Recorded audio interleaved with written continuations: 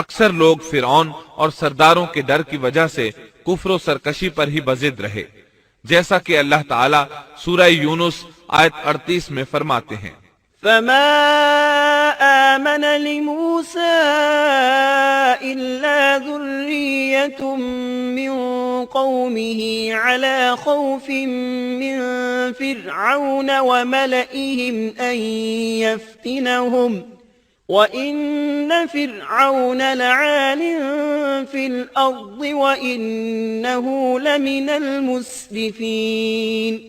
پس موسیٰ پر ان کی قوم میں سے صرف چند آدمی ہی ایمان لائے تھے، وہ بھی فرعون سے اور اپنے حکام سے ڈرتے ڈرتے کہ کہیں ان کو تکلیف نہ پہنچائے، اور یقیناً فرعون اس ملک میں زور رکھتا تھا اور وہ حد سے بڑھا ہوا تھا۔ بنی اسرائیل پر آزمائشیں شروع ہو گئیں تو موسیٰ علیہ السلام نے ان سے فرمایا، علی اللہ توکلنا، اور موسیٰ نے کہا، اے میری قوم، اگر تم اللہ پر ایمان رکھتے ہو تو اسی پر توکل کرو، اگر تم اطاعت کرنے والے ہو۔ انہوں نے عرض کیا کہ ہم نے اللہ ہی پر توکل کیا ہے۔ پہلے اگرچہ انہوں نے موسیٰ علیہ السلام سے شکوہ کیا تھا اور یہ کہا تھا، ہم تو ہمیشہ مصیبت ہی میں رہے، آپ کی تشریف آوری سے پہلے بھی اور آپ کی تشریف آوری کے بعد میں بھی۔ مطلب یہ تھا کہ آپ کی پیدائش سے پہلے بھی فرعون نے ہمارے لڑکے ذبح کیے، اور آپ کے دعوی نبوت کے بعد بھی یہی حال ہے۔ البتہ بعد میں انہوں نے اپنے اس جواب سے رجوع کر لیا، معافی مانگی اور یوں کہا، انہوں نے عرض کیا کہ ہم نے اللہ ہی پر توکل کیا، اے ہمارے پروردگار، ہم کو ان ظالموں کے لیے فتنہ نہ بنا اور ہمیں اپنی رحمت سے ان کافر لوگوں سے نجات دے۔ اس کے بعد اللہ تعالیٰ نے موسیٰ علیہ السلام کو وحی فرمائی۔ اس کا ذکر سورہ یونس آیت 87 میں ہے۔ اور ہم نے موسیٰ اور ان کے بھائی کے پاس وحی بھیجی کہ تم دونوں اپنی قوم کے لیے مصر میں گھر بنا لو۔ مطلب یہ کہ اپنے گھروں ہی کو مسجد بنا لو، یعنی فرعون کی طرف سے سختی اور نگرانی زیادہ ہے اور تمہارے لیے مسجدوں میں آ کر نماز پڑھنا ممکن نہیں، تو تم گھروں ہی میں نماز ادا کرتے رہو، جیسا کہ سورہ یونس آیت 87 میں ہے۔ اور نماز کے پابند رہو اور آپ مسلمانوں کو بشارت دے دیں۔ اسی موقع پر موسیٰ علیہ السلام نے ایک دعا فرمائی،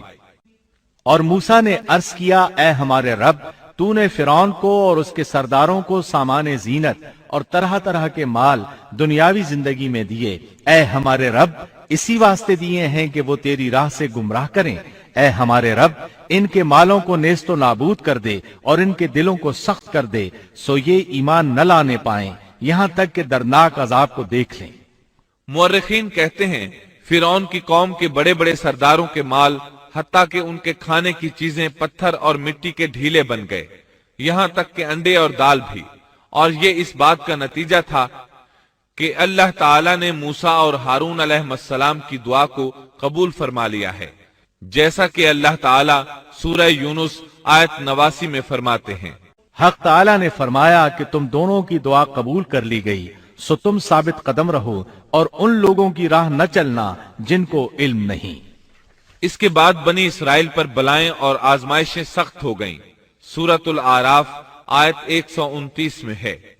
قوم کے لوگ کہنے لگے، ہم تو ہمیشہ مصیبت ہی میں رہے، آپ کی تشریف آوری سے پہلے بھی اور آپ کی تشریف آوری کے بعد بھی۔ موسیٰ نے فرمایا، اللہ بہت جلد تمہارے دشمن کو ہلاک کر دے گا اور بجائے ان کے تمہیں اس سرزمین کا خلیفہ بنا دے گا، پھر تمہارا طرز عمل دیکھے گا۔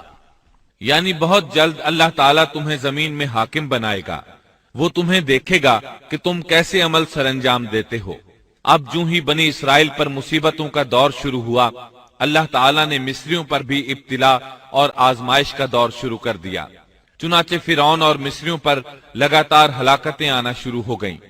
اللہ تعالیٰ سورۃ الاعراف آیت 130 میں فرماتے ہیں، اور ہم نے فرعون والوں کو قحط سالی اور پھلوں کی کمی میں مبتلا کر دیا۔